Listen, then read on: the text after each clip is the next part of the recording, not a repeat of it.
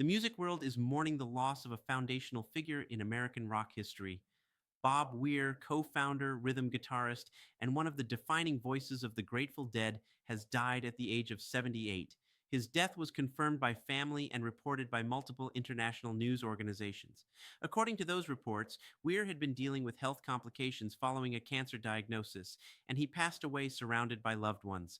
For fans across generations, the news marks the end of an era that shaped not only music, but an entire cultural movement.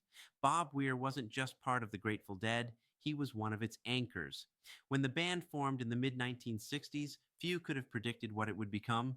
What started as a San Francisco psychedelic experiment grew into one of the most enduring and unconventional success stories in music history. And through every phase of that evolution, Bob Weir was there. Born in California, Weir joined the band as its youngest member, still a teenager when the Grateful Dead began performing. Early on, his role wasn't always fully understood by outsiders. Jerry Garcia was often seen as the lead guitarist and spiritual center, but Weir's rhythm guitar work became just as essential to the band's sound.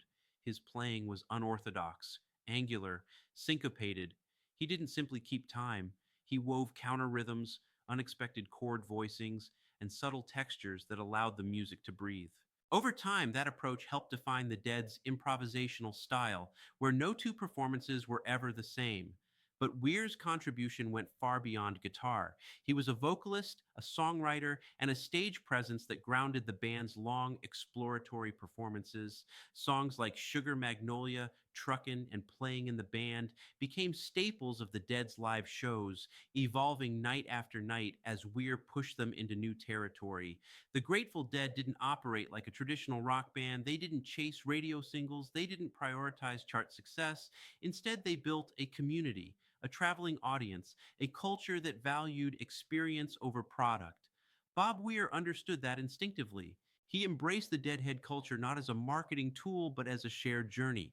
Fans followed the band city to city, not to hear the same show repeated, but to witness something unrepeatable. That trust between artist and audience became the foundation of the Dead's longevity. Even after the death of Jerry Garcia in 1995, Bob Weir didn't retreat from music. He continued performing, exploring, and expanding the Dead's legacy rather than freezing it in time. Projects like Rat Dog and later Dead and Company introduced the Grateful Dead's catalog to new generations. Weir remained a constant presence on stage, adapting to new collaborators while preserving the spirit of the music. What made Weir remarkable was his refusal to become a nostalgia act. He didn't treat the Grateful Dead as something finished, he treated it as something living, evolving, something that could continue to grow as long as people were willing to listen.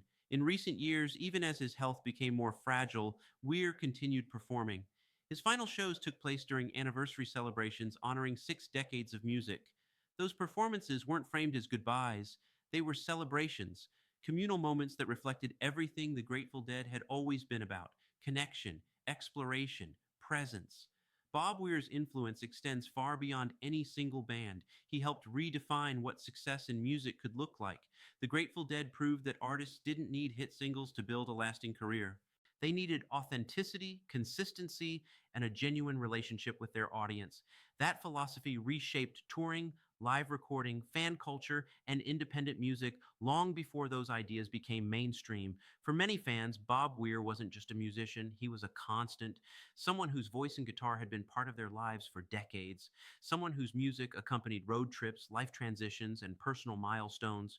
His passing doesn't just close a chapter, it marks the fading of a generation that helped expand what music could be, but his legacy remains deeply intact. Every jam band that values improvisation, every artist who prioritizes live performance over perfection, every fan community built on shared experience rather than celebrity owes something to the path Bob Weir helped carve. He showed that music didn't have to be confined by structure, that it could stretch, wander, and still bring people together. That success didn't require mass appeal, only meaningful connection.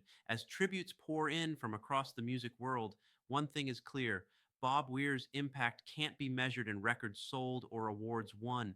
It lives in moments, in memories, in nights when a song took an unexpected turn and the crowd followed it somewhere new.